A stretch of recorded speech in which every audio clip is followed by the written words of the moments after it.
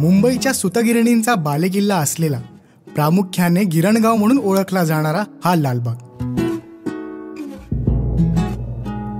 लालबाग म्हणजे उत्सवाचं उगमस्थान, संस्कृतीचं भान आणि गणरायाचं देवस्थान. अरे बोल बोल बोल बोल 22 फूट वाले की जय.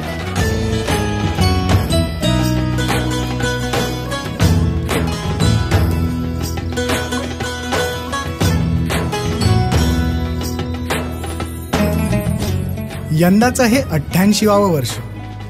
दरवर्षीप्रमाणे यंदाही एक नवीन कलाकृती, प्रसिद्ध असं एक देवस्थान. गेले 45 दिवस अनेक कलाकार आपल्या कलाकौशल्याने हे मंदिर साकारण्यात सज्ज झाले.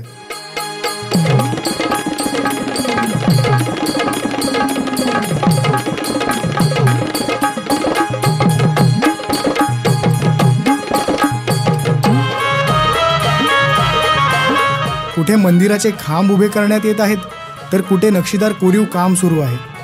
हे मंदिर 50 फूट उंच असून ह्यावर रेखीव असं नक्षीदार काम दिसतं. 22 फुटाची कमळामध्ये मूर्ती. मंदिराच्या भिंतीवर कुठे ऐरावत आहे, तर कुठे गणेशाला नतमस्तक हनुमान. खांबांवर पावा वाजवणारे दास आहेत, तर कुठे तल्लीन झालेले साधू. मंदिराचं मस्तक कळसाने सजलंय, तर सभामंडपी सर्वांचं स्वागत करतायत ते म्हणजे वानर सेना. ह्या मंदिराच्या सहवासाने अखंड गणेश गल्ली परिसर उत्सवाच्या वातावरणात रमून गेले. कलाकारांचं कौशल्य पाहताना खरंच असं जाणवतं की हो, 14 विद्या आणि 64 कलांच्या अधिपतीने निर्माण केलेली ही सृष्टी खरंच अत्यंत रमणीय आहे. मंदिराला जसजसा रंग चढू लागला, तसतसा मंदिराला त्याचं मूळ स्वरूप येऊ लागलं. त्यातील केलेलं कोरीव काम सहज दिसू लागलं. मंदिरातील गाभाऱ्यात गेल्यावर आपल्याला दर्शन होते ते म्हणजे श्रीरामाचे दास श्री हनुमानाचे. श्री हनुमानाची मूर्ती खूपच मोहक असून ही मूर्ती त्या मूळ मंदिरात स्वयंभू असल्याची आख्यायिका आहे. अखंड मंदिरावर सुंदर अशी रोषणाई आहे. शोभेसे असे कारंजे सुद्धा मंदिर परिसरात आहे. आणि ही आरास आहे गुजरात राज्यातील सारंगपूर येथील स्वयंभू हनुमान मंदिराची. मुंबईच्या राजाची गणेश गल्ली वाल्याची. मुंबईच्या राजाची गणेश गल्ली वाल्याची. गतवर्षीप्रमाणे याही वर्षी गणेश गल्ली मुंबईच्या राजाचं एक नवीन रूप भाविकांच्या दर्शनास आहे. खरं तर मूर्ती साकारण्यापासून प्राणप्रतिष्ठापना होईपर्यंत त्या मूर्तीत जीव ओततो तो मूर्तिकार. मूर्तीला आकार देण्याचं काम मूर्तिकार करतो.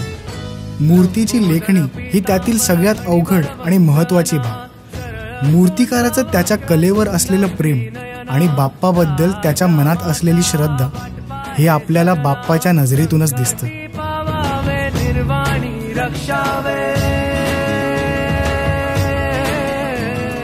क्रोधाने द्वेषाने उन्मत्त झालेल्या एका सिंहाला काबूत करणारा ह्या वर्षीचा मुंबईचा राजा.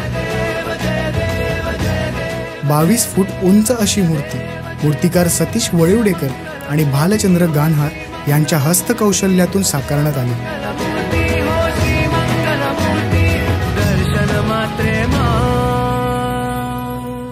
मुंबईच्या राजाला आणि इथे अवतरलेल्या स्वयंभू हनुमंताला एकच मागणं मागू इच्छितो की ज्याप्रमाणे त्या क्रोधाने उन्मत्त झालेल्या सिंहाला काबूत केलेस, त्याचप्रमाणे आपल्या महाराष्ट्रावर आलेल्या दुष्काळाच्या संकटावरही मात कर. आमच्या अन्नदात्यांना जीवनदान दे. एकंदरीत ह्या मूर्तीला आणि इथल्या देखाव्याला पाहून एकच वाक्य उठी येते: भव्यतेची परंपरा, संस्कृतीची जोपासना. दर्शन मात्रे मान कामना पूर्ती. जय देव जय मंगल मूर्ती. दर्शन मात्रे मान कामना पूर्ती. जय देव जय मंगल मूर्ती. दर्शन मात्रे मान.